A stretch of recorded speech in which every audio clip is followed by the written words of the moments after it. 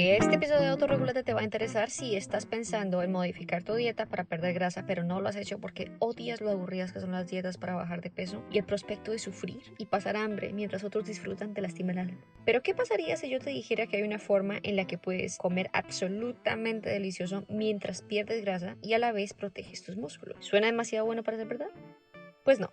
Me puse en la tarea y logré contactar a Maria Emmerich, quien muy pacientemente se sentó conmigo a discutir cómo, junto con su esposa María, han ayudado a miles de clientes y seguidores a aprender formas de cocinar recetas espectaculares que están repletas de nutrientes y que facilitan la pérdida de grasa. Craig ha tenido una carrera maravillosamente accidentada. Este es un ingeniero eléctrico que ha pasado los últimos 15 años de su vida investigando y optimizando sistemas de nutrición y que ha puesto toda su nerditud al servicio de desarrollar guías precisas con cálculos reales para optimizar planes de nutrición que van a la fija, en vez de basarse en pseudociencia y premoniciones o brujerías sin fundamento. Con este sistema se eliminan todas las variantes supersticiosas y si lo sigues vas a la fija y los resultados están garantizados. Craig y María han combinado sus superpoderes para producir un sinnúmero de libros de recetas utilizando el enfoque bajo en carbohidratos. María es un genio maquiavélico culinario y Craig se encarga de hacer todos los cálculos de macros, calorías, perfiles nutricionales y demás, lo que hace de estos libros un manual de supervivencia a la hora de querer perder grasa de la manera más saludable posible. En este episodio discutimos cómo funciona este sistema de nutrición, los enfoques de alimentación para niños, cómo romper estados de meseta, es decir, cómo salir de una mala racha en la que sin importar cómo comes no bajas de un gramo, y su libro El Arte de la Pérdida de Grasa, que está disponible en español, donde vas a encontrar todas estas estrategias en detalle para ayudarte a perder panza mientras conservas tu masa muscular. Si esto es algo que crees que te va a interesar, quédate con nosotros. Soy Maria Emmerich, traductora especializada, y esto es Autorregúlate.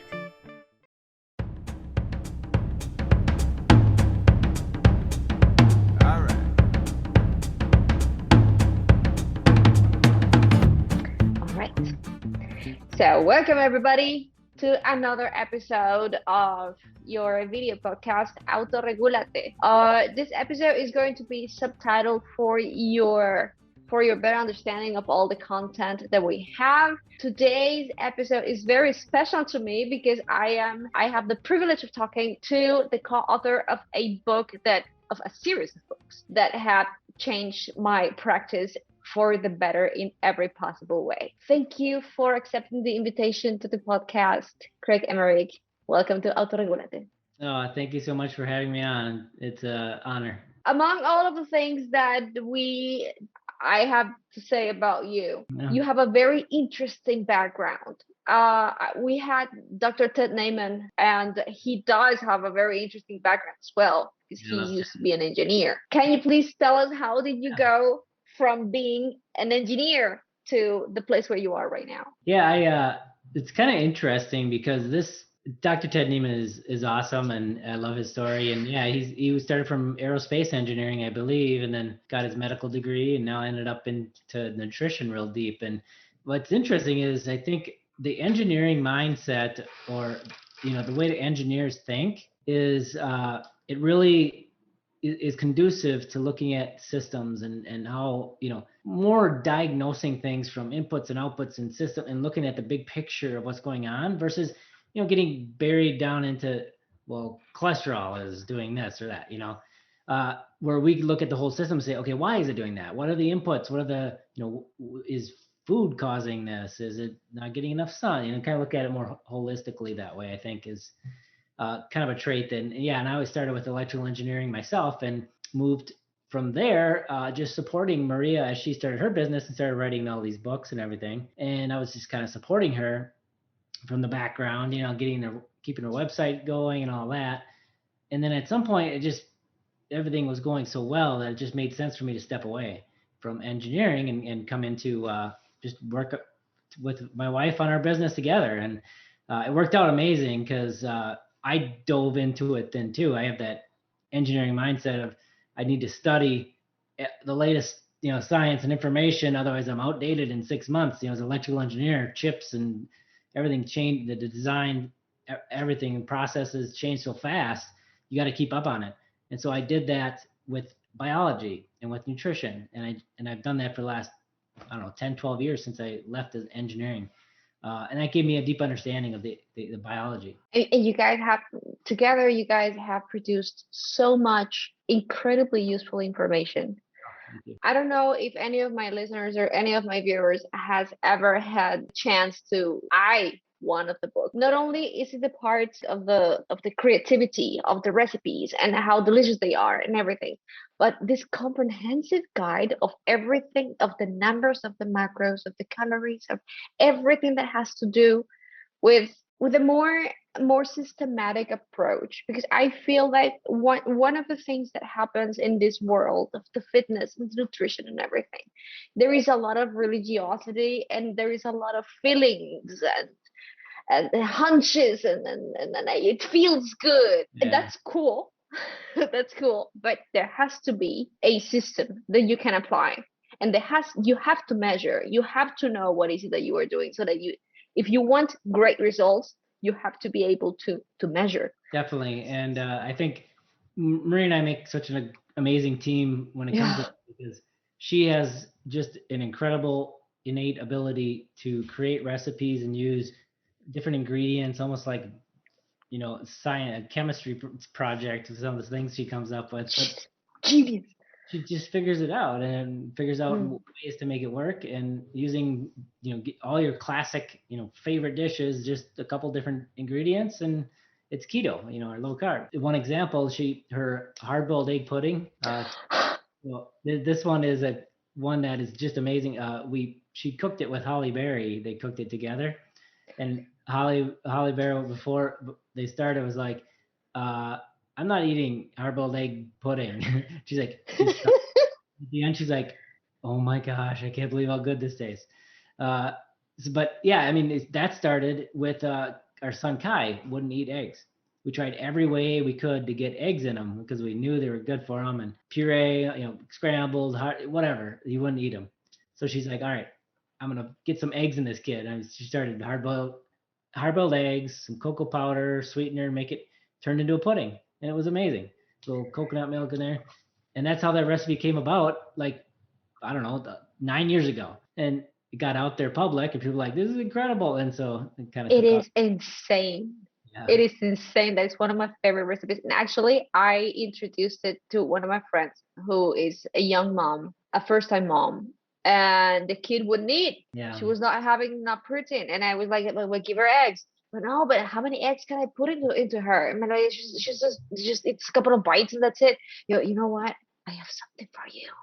And it was exactly like that. Now every single day gets all of that protein in just because of that recipe. Just imagine not just the protein, but look at all the vitamins and minerals in those eggs, right? All those nutrients, where you get some chocolate pudding from the store, it's got none of that, just a bunch of sugar and gelatin. And there is a perverse tendency to produce food that is for children, that is just packed with crap. Mm-hmm. And I don't know. Well, of course, you guys are in America, and that's very, the kind of passionate about this too, because at the end of August we have a sugar-free kids book coming out. Halle Berry actually wrote the foreword to that too. Oh. Yeah, so it's pretty cool, but it's all about kids, and what's really neat about it too is that we put in graphics and little like superhero characters to teaching them about nutrition, teaching them about biology and how their bodies work, but in a fun way that kids can relate to, like the amino acids. It's little Lego building blocks for the different amino acids. So cool. And so we put it. We're really excited about it. It's coming out end of August, and we have so many parents just like that. Not only, you know, they now understand what's a healthy way to eat, so they don't want their kids to, you know, they got the same. If they're your biological kids, they have the same genetics as you, and if they're going to eat the same way you did, they're going to end up with the same obesity, diabetes, whatever you had, right?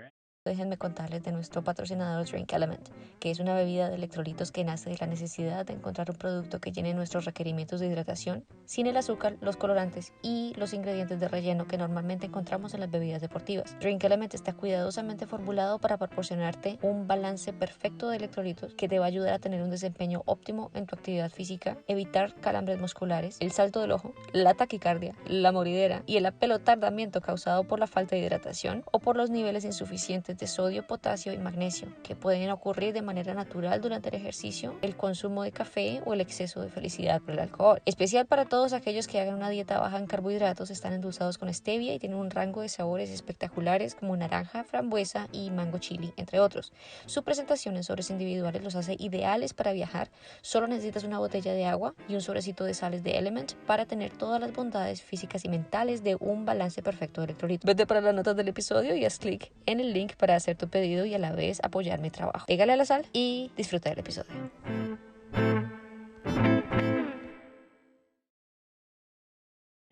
So why put them on that path? And so we get a lot of parents looking for help for their kids, and I hope this book will be great. And I think that a very big part of why we are in a mess when we hit 50 or 40 or 60 is that we are very ignorant altogether. I mean, like, we generally are very ignorant about our food, about what it does inside of our body, about what is protein, what is carbs, what is anything. We are very naive. And I mean, like, I come from a generation that used to believe that I used to get my information from TV and the newspaper.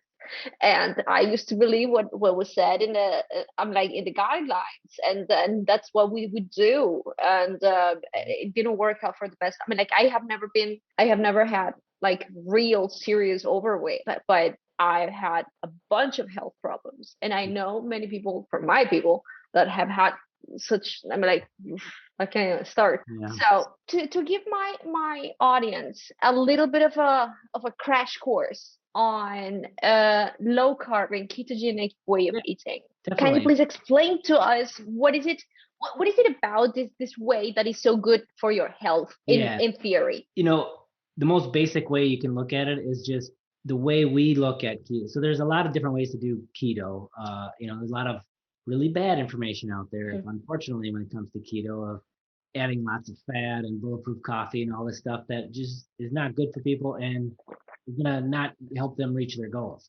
And so one of the reasons we wrote our keto book, which was published, I think, 5 years ago now, I can't believe it's been that long, was trying to right the ship on that.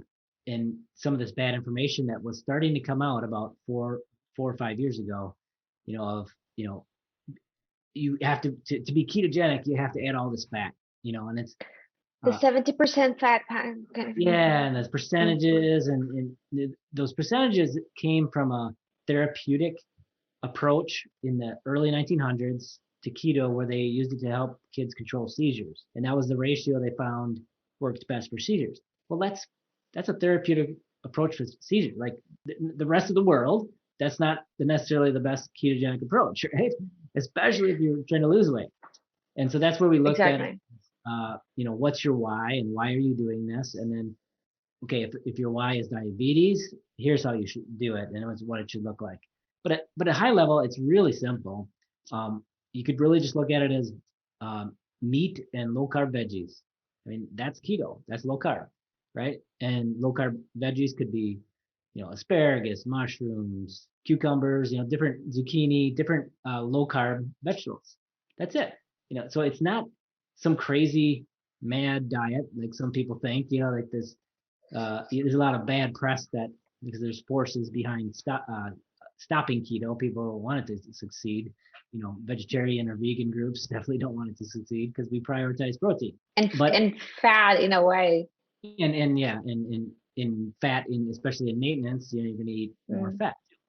But you know, it's pretty, you know, meat and veggies. If you told somebody 100 years ago, is eating meat and vegetables bad for you? They'd be like, no, it's a great way to live. You know, we didn't start demonizing meat in like the 70s.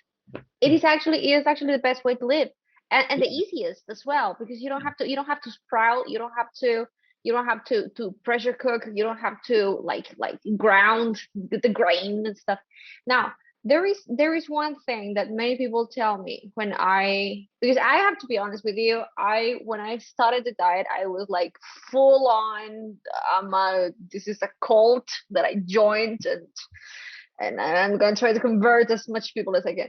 But then people would tell me, like, very understandably, they would ask me, but what is wrong about eating beans? Yeah. What is wrong about eating bread? And I was like, no, it's not wrong, depending on what is it that you want. It is perfectly okay to eat grains if you are going to run a marathon or something. Well, I'd probably differ on that too, just because Okay. grains are very inflammatory. And the way we look at keto too is not just, percentages and eat whatever you want and that kind of stuff. It's all about whole foods so that you're getting, quality, ingredients, whole food approach. None of this processed keto junk you get in the store. Just, whole foods, meat and vegetables. And it's about what's the healthy way to do keto, because we want this to be a lifestyle. Because what happens with any diet, if you decide that, okay, I've reached my goal weight, now I'm going to go back to the way I used to eat. Yeah. It's always going to result in the same results, right? You're going to end up gaining the weight back. So the only way a diet is, successful long-term is if you make it a lifestyle. And so by making it a lifestyle, like we have, Maria's been eating keto for over 20 years and we love it, is the key. You get it. And that's why she has so many recipes, because if you start craving spaghetti, with meatballs, well, she has a recipe for that makes it keto. So you can satisfy that craving and still stay on track. You can have all the foods and recipes that you love, just a little bit different so that they, cut the carbs down. And then you can make it a lifestyle. You can make it a lifestyle. And the thing is that, for example, for people in Latin America, or maybe in more like the Hispanic culture, we have something big with corn. Corn is kind of ubiquitous. Corn, and of course like wheat, but it's more like corn. Yes. I have a confession to make, and maybe this is going to be too much information for anyone listening to this, but I don't care. But when I was in my country, my homeland, I'm Colombian, I used to eat corn. We have this kind of baked, no, it's not even baked, just like you put it in a pan and you flip it over. It's like cornbread, but it's freaking delicious. I used to eat that every day, and for me it was like a normal thing. It's a normal thing that we eat every day. You put butter on it and sometimes cheese or whatever. And of course, when I moved to Germany, there was no more arepa. That's what it's called. My whole life changed because I stopped having gas. Yeah. I thought that the normal way of living my life was having a pregnant belly full of gas, like all day long. I was like, what is it with me that I feel so light? I feel so great. It was the corn. Well, that's the thing. I'll tell you, when you do it a proper approach, whole foods, like we're talking, most of our clients stick with it, not because of the weight they lost. That's like a side bonus. It's because of how good they feel.